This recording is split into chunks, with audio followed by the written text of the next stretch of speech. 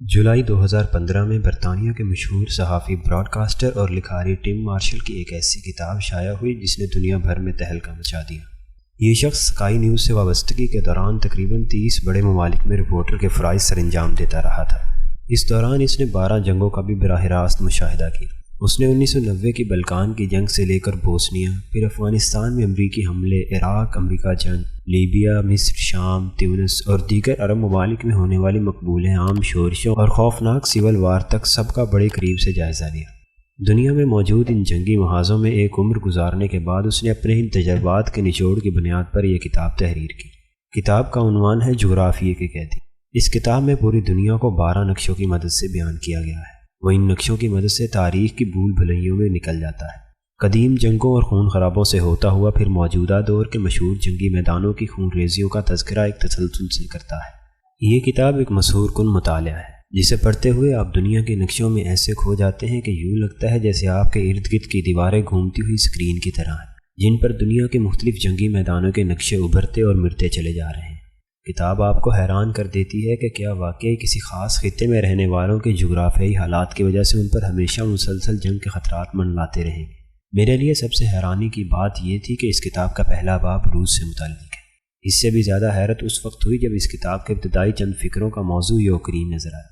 Ukraine تو گزشتہ ایک صدی سے جنگی ماہرین ہی نہیں بلکہ سیاسی تجزیہ نگاروں کے لیے بھی بہت اہم چلا آ رہا ہے۔ کتاب کا آغاز یوں ہوتا ہے: ولادیمیر پوٹن کہتا ہے کہ وہ ایک مذہبی انسان ہے۔ وہ آرتھوڈوکس چرچ کا بہت بڑا حامی و مددگار ہے۔ اگر ایسا ہے تو پھر اسے سونے سے پہلے اللہ سے ایک دعائیہ شکوہ کرنا چاہیے کہ اے خدا، تم نے یوکرین میں پہاڑی سلسلے کیوں نہیں بنائے؟ اگر خدا نے ایسا کیا ہوتا اور پھر شمال کے یہ وسیع میدان ایسے نہ ہوتے تو نتیجتاً روس پر دیگر اقوام بار بار حملہ آور نہ ہوتی۔ ٹم مارشل کا یہ فکرہ یوں تو صرف یوکرین تک محدود ہے، لیکن یہ ہر اس علاقے پر صادق آتا ہے جہاں وسیع سرسبز میدان، لہلہاتے کھیت اور بہتے دریا ہوں۔ درہ خیبر سے برصغیر پاک و ہند پر حملہ ہونے والوں کی جب پوٹوہار کی سطح مرتفع سے اترتے ہی پنجاب اور اس کے بعد کے علاقوں کے وسیع و عریض سرسبز میدان نظر آتے تو ان کے حملوں میں شدت آ جاتی۔ یہی وجہ ہے کہ یک کے بعد دیگر حملہ آور یہاں کا رخ کرتے رہے۔ یوکرین کو مرکز بنا کر کتاب کا آغاز کرنا اور پھر کتاب کا بیسٹ سیلر ہونا میرے لیے کسی طور پر اچنبھے کا باعث نہیں تھا۔ یہ سب ایک تسلسل ہے۔ ایسی کتابیں لکھی نہیں، لکھوائی جاتی ہیں۔ اس کتاب کے ٹھیک 2 سال بعد 2017 میں ایک اور بیسٹ سیلر مارکیٹ میں آ گئی۔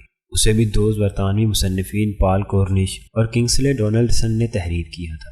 یہ دونوں بنیادی طور پر برطانوی فوج سے تعلق رکھتے تھے، لیکن ریٹائرمنٹ کے بعد اب یہ دفاعی ماہرین کی حیثیت سے مختلف یونیورسٹیوں میں لیکچر دیتے ہیں۔ یونیورسٹیوں میں پڑھانے کے ساتھ ساتھ امریکہ، آسٹریلیا اور برطانیہ کی حکومتیں بھی ان سے اکثر اوقات مشورے لیتی رہتی ہیں۔ کتاب کا ٹائٹل ایک دہلا دینے والی پیش گوئی ہے: 2020 جنگ کی دنیا۔ کتاب کے ٹائٹل پر جغرافیہ کے قیدی والے ٹم مارشل کا یہ فکرہ درج ہے۔ ایک مضبوط اور بروقت یاد دہانی یہ ہے کہ تاریخ ابھی ختم نہیں ہوئی بلکہ اب تو بننے جا رہی ہے۔ یہ فکرہ دراصل ایک طنز ہے اس جاپانی نسل سے تعلق رکھنے والے امریکی سیاسی سائنسدان یوشیرو فرانسس فوکیاما کی کتاب تاریخ کا خاتمہ اور آخری آدمی کے فلسفے پر۔ فوکیاما نے سوویت یونین کے خاتمے کے بعد 1992 میں یہ کتاب تحریر کی تھی۔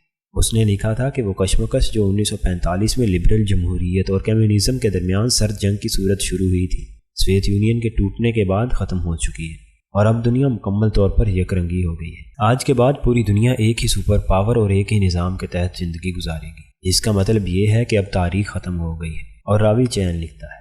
لیکن شاید موصوف کو اندازہ نہیں تھا کہ وہ سازشی گروہ جس نے گزشتہ 1 صدی پہلے اپنا خفیہ کارروائیوں سے دنیا کا نقشہ بدلنے کا آغاز کیا تھا، وہ کب چین سے بیٹھ سکتے تھے۔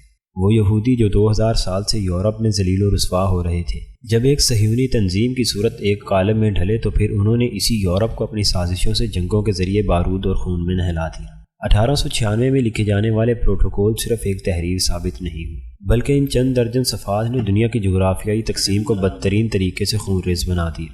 عالمی جنگوں کے انتشار کی کوکھ سے ہی اسرائیل کی ریاست وجود میں آئی، اور وہ یورپ جو کبھی ان یہودیوں کو اس قدر قابل نفرت سمجھتا تھا کہ انہیں اپنی آبادیوں میں بھی رہنے کی اجازت نہیں دیتا تھا، آج وہاں یہودیوں کے خلاف گفتگو کرنا جرم ہے۔ یہودیوں نے اپنی مظلومیت کی جو داستانیں ہولوکوسٹ کی صورت بیان کر دی تھی، امریکہ اور یورپ میں انہیں چیلنج کرنے پر کئی سال قید کی سزا مقرر۔ قدیم یورپ سے لے کر جدید عالمی جنگوں تک سب کا مرکز و محور شروع دن سے ہی روس اور اس کی طاقتور عسکری قوت رہی ہے۔ یہ قوت زار روس کے زمانے سے ہی طاقتور چلی آ رہی ہے۔ خلافت عثمانیہ کے ساتھ بھی ان کا تنازعہ پرانا ہے۔ قسطنطنیہ جو کبھی آرتھوڈوکس چرچ کا ہیڈ کوارٹر تھا، اسے سلطان محمد فاتح نے جنوری 1454 میں فتح کیا تو یہ چرچ بکھر کر رہ گیا، مگر اسے کسی حد تک خلافت عثمانیہ میں پھلنے پھولنے کی مکمل آزادی رہی۔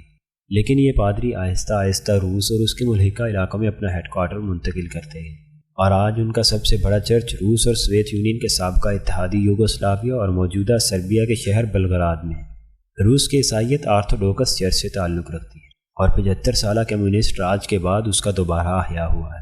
جنگ عظیم اول دراصل صہیونی بینکاروں نے فرانس، برطانیہ اور روس میں سیاسی قوت رکھنے والے یہودیوں کی مدد سے ایک سازش سے شروع کروائی تھی۔ پہلے فرانس، برطانیہ اور روس کا رومانس شروع ہوا، پھر انہیں دنیا پر جڑ دوڑنے کا مشورہ دیا گیا۔ جنگ کا اصل مقصد خلافت عثمانیہ کا خاتمہ، مسلم امہ کو حصوں میں تقسیم کرنا اور یہودیوں کے لیے یروشلم واپسی کا بندوبست کرنا تھا۔ اس مقصد کے حصول کے لیے زار روس کو یہ لالچ دیا گیا کہ فتح کے بعد قسطنطنیہ اسے دے دیا جائے گا، جو کبھی آرتھوڈوکس چرچ کا مرکز تھا۔ لیکن جیسے ہی روس فتح کے نزدیک ہوا اور یوکرین پر اس کی فوجیں جا پہنچی تو ایک دم پانسا پلٹ دیا گیا۔